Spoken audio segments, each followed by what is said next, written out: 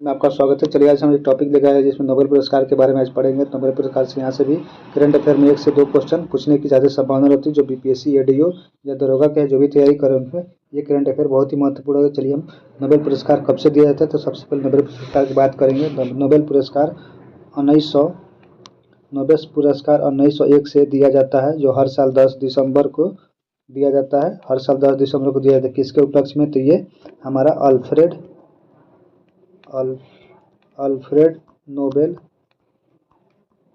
Nobel के पुण्य तिथि के पर दिया जाता है। हर दिवस को नोबेल पुरस्कार दिया जाता है। 1901 से शुरू किया गया था। तो सबसे पहले बात करते हैं कि पहली बार किस में दिया गया था। तो भौतिक में, साहित्य में, सामान्य विज्ञान में, चिकित्सा में, शांति में और साहित्य, चिकित्सा और 6 सेक्टरों में, अर्थशास्त्र में दिया जाता है। तो चलिए अब देखेंगे 2025 में किस किस को नोबेल पुरस्कार से सम्मानित किया गया है और किसके लिए दिया गया है। तो सबसे पहले भौतिक ये देखेंगे तो भौतिक में 3 को, जॉन क्लॉर्क और मिशेल एच डोरियट और जॉन एम्स मार्टिन्स को, ये तीन आदमी को फिजिक्स में दिया गया है। किसके लिए? तो इलेक्ट्रॉनिक्स में सर्किट और माइक्रोस्कोपिक, क्वांटम मैकेनिकल और टर्निंग और ऊर्जा क्वांटिटेशन के लिए खोज करने के लिए इनको नोबेल पुरस्कार 2025 के दिया गया। चलिए हम साहित्य में देखते हैं तो लास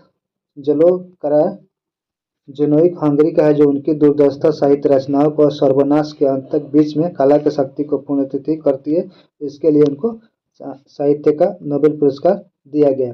नेक्स्ट देखते हैं रसायन विज्ञान में किसको किसको देता है। तो सुसुमो कीतागावा को और रिचर्ड रॉबर्ट्स को उमर आदि को दिया गया। मेंटल ऑर्गेनिक यानी फ्रेमवर्क का विकास और गैस भंडारण या कैटलिस्ट और सतत विकास के जो उपयोग के लिए दिया गया है। ये छोटा सा हमारा सेशन होगा, इसमें सिर्फ नोबेल पुरस्कार की बात करेंगे। रसायन में 3 हो गया था हमारा। अब देखेंगे चिकित्सा के मेरी ई बुनको और फ्रेड रेमसडेल को और सिमोन साकागुची को दिया गया। रेगुलेटरी टी सेल्स की खोज के लिए दिया गया है। शांति का नोबेल पुरस्कार तो मरिया कोरिना मदाडो को, वेनेजुएला के रहने वाले, इसको वेनेजुएला में तानाशाही से लोकतंत्र के नया संगत के बदलाव हेतु के लिए दिया गया है।